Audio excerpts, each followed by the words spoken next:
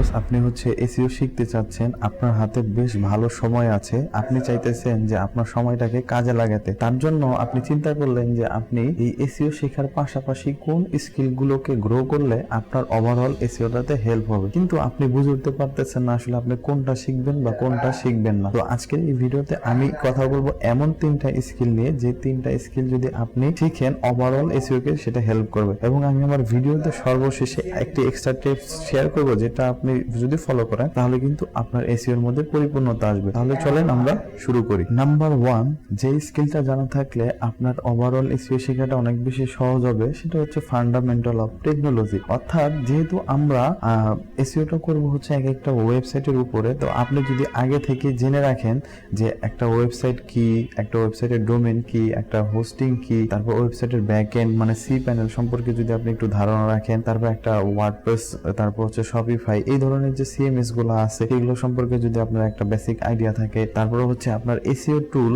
যে আমরা বাজারে যে এসইও টুল গুলো পাওয়া যায় সেই এসইও টুল গুলো সম্পর্কে যদি আপনার একটা বেসিক ধারণা থাকে, তাহলে কিন্তু সেটা আপনার ওভারঅল এসইও শিখতে হেল্প করবে। নাম্বার 2, যেই স্কিলটা আপনার সবচেয়ে বেশি প্রয়োজন পড়বে সেটা হচ্ছে এসইও ফান্ডামেন্টাল। অর্থাৎ এই ফান্ডামেন্টাল যদি আপনি ভালো করে না বুঝেন, এই জিনিসটা সম্পর্কে যদি আপনার ওভারঅল ধারণা না থাকে, তাহলে কিন্তু আপনি 1 বছর 2 বছর যতই সময় কাটান না কেন, আপনি কিন্তু ভালো এসইও এক্সপার্ট হিসেবে নিজেকে তৈরি করতে পারবেন না। তার জন্য আপনার এই ফান্ডামেন্টাল সম্পর্কে একটা ভালো ধারণা থাকতেই হবে। তো ফান্ডামেন্টালের মধ্যে আসলে কি জিনিসগুলো আছে, তো প্রথমেই যে জিনিসটা আপনার সম্পর্কে ধারণা রাখতে হবে সেটা হচ্ছে একটা সার্চ ইঞ্জিন কিভাবে কাজ করে, সার্চ ইঞ্জিন কিভাবে একটা ওয়েবসাইটকে র‍্যাঙ্ক করে, অর্থাৎ আন্ডারস্ট্যান্ডিং অফ সার্চ ইঞ্জিন, অর্থাৎ সার্চ ইঞ্জিনের ওয়ার্কিং স্ট্রাকচারটা আপনার ধারণা রাখতে হবে। তারপর আপনার হচ্ছে কিওয়ার্ড রিসার্চের বেসিক কিওয়ার্ড রিসার্চটা বুঝতে হবে, যে আমরা আসলে এসইও এর মধ্যে কোন কাজগুলো করি, যে আমরা হচ্ছে কিওয়ার্ড রিসার্চ করি, ওয়ান পেজ এসইও করি, অফ পেজ এসইও করি, টেকনিক্যাল এসইও করি। এই জিনিসগুলো কিন্তু সম্পর্কে আপনার একটা ধারণা রাখবে, এগুলো হচ্ছে আপনার মেইন কোর থিম। সো এই ফান্ডামেন্টাল যদি আপনি ভালো করে না শিখেন, বা এটা যদি আপনি আপনার একটা ক্লিয়ার কনসেপ্ট না থাকে, তাহলে কিন্তু আপনি যত দিনই পার করেন না কেন বা যতই কোর্স করেন না কেন, আপনার আলটিমেটলি কিন্তু কোনো লাভ হবে না। তারপরে যেহেতু এই সার্চ ইঞ্জিন গুলো বেশ কিছুদিন পর পর চেঞ্জেস আসে, তাই আপনার কি করতে হবে, এই চেঞ্জেস এর সাথে সাথে আপনার নিজেকেও কিন্তু আপডেট করতে হবে, চেঞ্জ করতে হবে। তো এই গুগল বা অন্য যে সার্চ ইঞ্জিনের আপডেট গুলো আসে, সেই আপডেটের সাথে নিজেকেও কিন্তু আপডেট করে নিতে হবে। 3 নাম্বার যে স্কিলটা সম্পর্কে আপনাদের সবচেয়ে ভালো ধারণা থাকতে হবে, সেটা হচ্ছে অ্যানালিটিক্স এবং ওয়েবমাস্টার। গুগল অ্যানালিটিক্স এবং ওয়েবমাস্টার আপনারা পাবেন। তো আপনি যদি এসইও শেখার আগেই বা এসইও শুরু করার আগে বা এসইও কোর্সটা কমপ্লিট করার আগে আপনি যদি গুগল অ্যানালিটিক্স এবং গুগল ওয়েবমাস্টার মানে গুগল সার্চ কনসোল সম্পর্কে যদি একটা কনসেপ্ট ক্লিয়ার থাকে, একটা ক্লিয়ার কনসেপ্ট থাকে, তাহলে কিন্তু আপনার জন্য কিন্তু এসইও শেখাটা আরো বেশি ইজি হয়ে যাবে। তো আপনি কি করতে পারবেন, আপনি হচ্ছে গুগলে বা ইউটিউবে আপনি যেখান থেকে আপনার ভালো লাগে সেখান থেকে আপনি কিন্তু খুব সহজে এই Google search console, Google analytics এবং